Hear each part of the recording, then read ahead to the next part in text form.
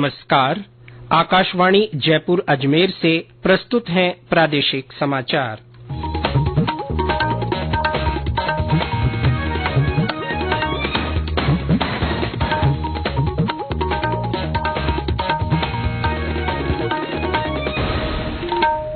मुख्य समाचार। प्रधानमंत्री नरेंद्र मोदी ने कहा, श्री अन्न को प्रोत्साहन से छोटे किसान और युवा उद्यमी लाभान्वित। 29 जनवरी को प्रधानमंत्री मोदी के परीक्षा पे चर्चा कार्यक्रम के लिए 2 करोड़ 26 लाख से अधिक विद्यार्थियों ने किया पंजीकरण। मकर संक्रांति के पर्व पर आज जयपुर सहित कई शहरों में पतंगबाजी की धूम। कल भी कई स्थानों पर मनाई जाएगी संक्रांति। और प्रदेश में ज्यादातर स्थानों पर तेज ठंड और कोहरे का असर जारी। 2 दिन बाद तापमान में बढ़ोतरी की संभावना।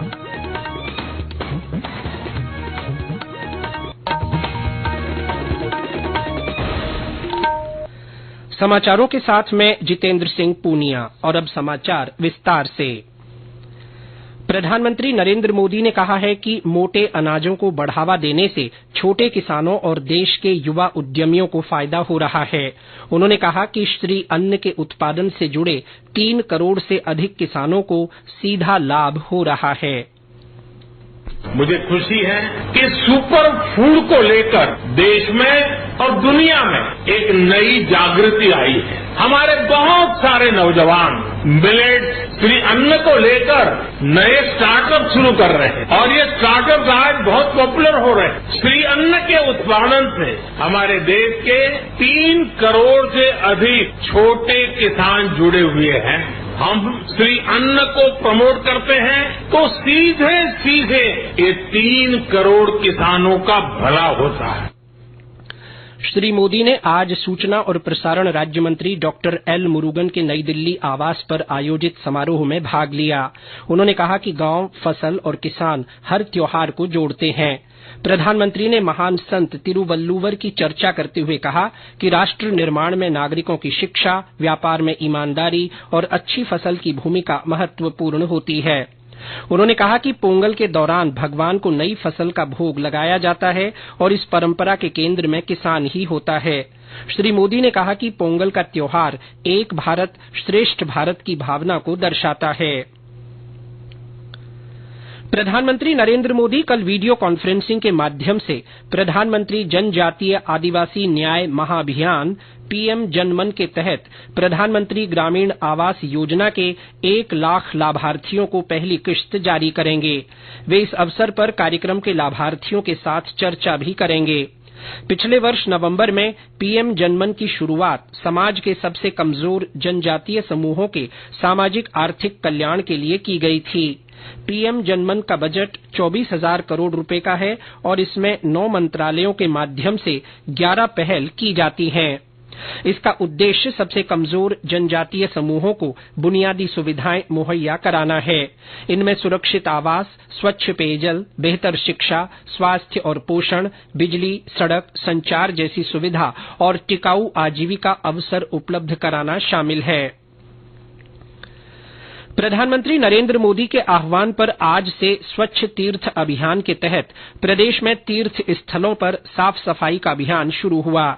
मुख्यमंत्री भजनलाल शर्मा ने आज जयपुर के मानसरोवर स्थित हंस विहार मंदिर में स्वच्छ मंदिर अभियान की शुरुआत की।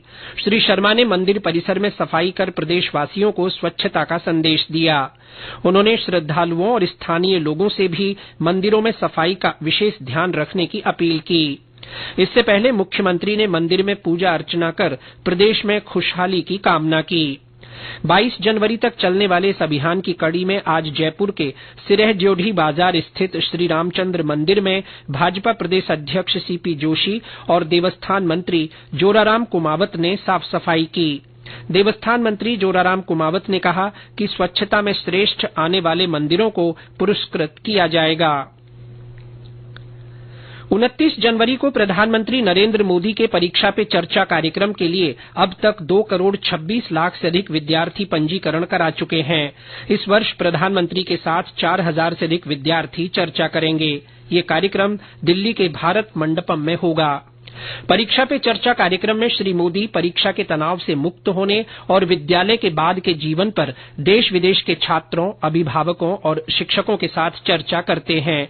ये कार्यक्रम युवाओं के लिए तनाव मुक्त वातावरण तैयार करने के प्रयोजन से आयोजित किया जाता है। विकसित भारत संकल्प यात्रा में अब तक देश में 12 करोड़ से अधिक लोग भाग ले चुके हैं। मुख्यमंत्री भजनलाल शर्मा ने आज भीलवाड़ा जिले के आसींद क्षेत्र के कालियास गांव में विकसित भारत संकल्प यात्रा शिविर का अवलोकन किया। इस अवसर पर श्री शर्मा ने कहा कि अब तक प्रदेश में 9,400 स्थानों पर ये यात्रा पहुंची है और यात्रा में 1 करोड़ 81 लाख से अधिक व्यक्ति शामिल हुए हैं। श्रीगंगानगर जिले में विकसित भारत संकल्प यात्रा के तहत विभिन्न स्थानों पर शिविरों का आयोजन किया गया। ये समाचार आकाशवाणी जयपुर अजमेर से प्रसारित किए जा रहे हैं।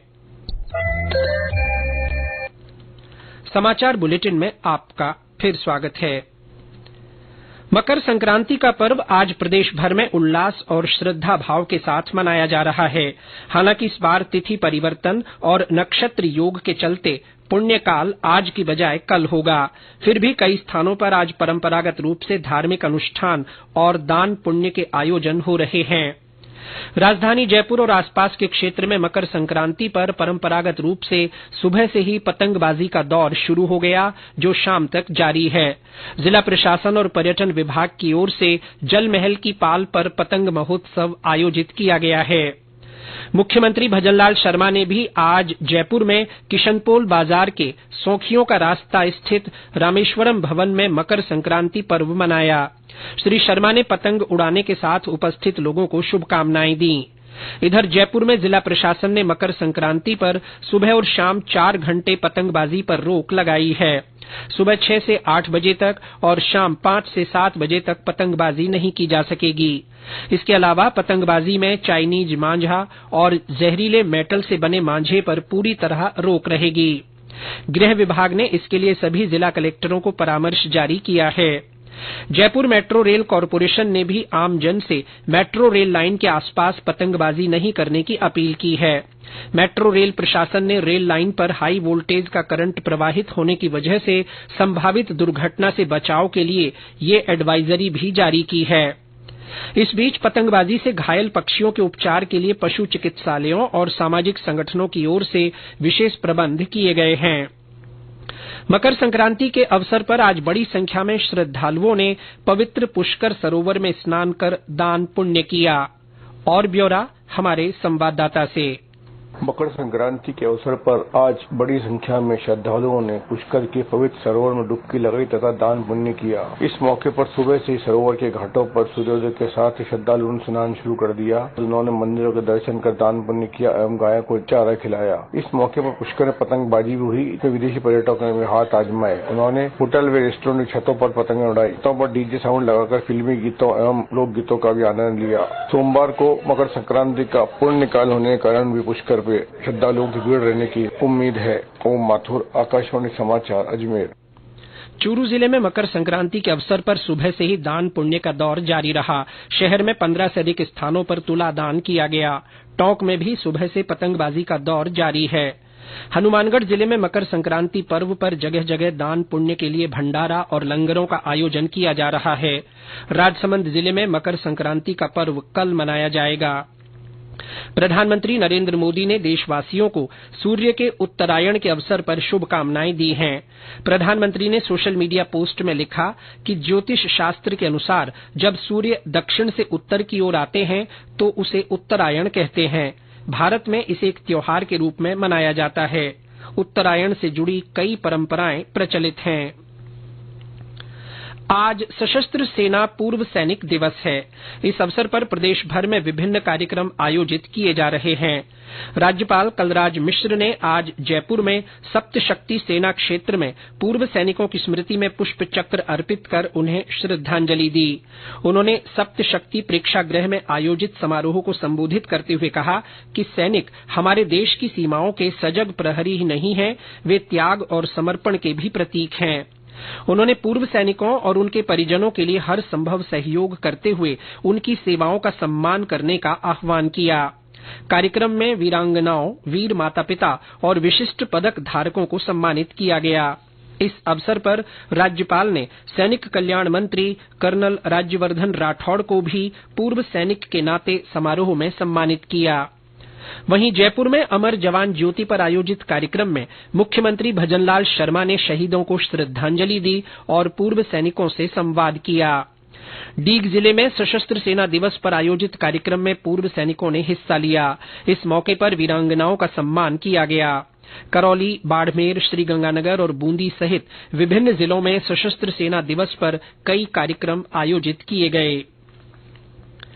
प्रदेश में कई स्थानों पर तेज ठंड और कोहरे का दौर लगातार जारी है। आज सुबह भरतपुर, करौली और सवाईमाधोपुर सहित कई जिलों में कोहरा छाया रहा। वहीं सीकर और जयपुर में सुबह से ही मौसम साफ रहा। आज प्रदेश में सबसे कम न्यूनतम तापमान सिरोही जिले के माउंट आबू में 0 डिग्री सेल्सियस दर्ज किया गया। और ब्यौरा हमारे संवाददाता से। सिरोही जिले में स्थित राजस्थान के एकमात्र हिल स्टेशन माउंट आबू में सर्दी का असर तेज हो गया है। माउंट आबू के तापमान के जमाव बिंदु पर पहुंच जाने के कारण आज सुबह खुले स्थानों, घास के मैदानों, सोलर प्लेटों, नक्की झील में खड़ी नाव की सीटों पर बर्फ की हल्की परत देखी गई। लोग सर्दी से बचाव के लिए जहां गर्म वस्त्रों का सहारा ले रहे हैं, वहीं अलाव का भी सहारा लिया जा रहा है। जगह जगह चौराहों पर लोग अलाव जलाकर सर्दी से बचाव करते हुए देखे जा रहे हैं। साकेत गोयल, आकाशवाणी समाचार, सिरोही। इसके अलावा पिलानी में 3, चूरू में 4.2, अलवर में 4.4, श्रीगंगानगर में 5.3, संगरिया में 5.6, सीकर के फतेहपुर में 6, करौली में 6.2, जैसलमेर में 6.5, सीकर में 7, जोधपुर और बीकानेर में 7.2 और राजधानी जयपुर में 10.3 डिग्री सेल्सियस न्यूनतम तापमान रिकॉर्ड किया गया। मौसम विभाग के अनुसार प्रदेश के ज्यादातर स्थानों पर अगले 2 दिनों में न्यूनतम तापमान में विशेष परिवर्तन की संभावना नहीं है।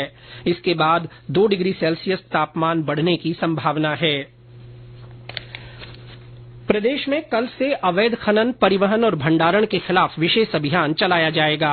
खान सचिव आनंदी ने बताया कि 31 जनवरी तक चलने वाले इस अभियान का संचालन खान, राजस्व, पुलिस, परिवहन और वन विभाग द्वारा संयुक्त रूप से किया जाएगा। और अंत में मुख्य समाचार एक बार फिर। प्रधानमंत्री नरेंद्र मोदी ने कहा है कि श्री अन्न को प्रोत्साहन से छोटे किसान और युवा उद्यमी लाभान्वित हुए हैं। 29 जनवरी को प्रधानमंत्री मोदी के परीक्षा पे चर्चा कार्यक्रम के लिए 2 करोड़ 26 लाख से अधिक विद्यार्थियों ने पंजीकरण किया है। मकर संक्रांति के पर्व पर आज जयपुर सहित कई शहरों में पतंगबाजी की धूम जारी है। कल भी कई स्थानों पर संक्रांति मनाई जाएगी। और प्रदेश में ज्यादातर स्थानों पर तेज ठंड और कोहरे का असर बना हुआ है। 2 दिन बाद तापमान में बढ़ोतरी की संभावना है। इसके साथ ही प्रादेशिक समाचार बुलेटिन समाप्त हुआ। नमस्कार।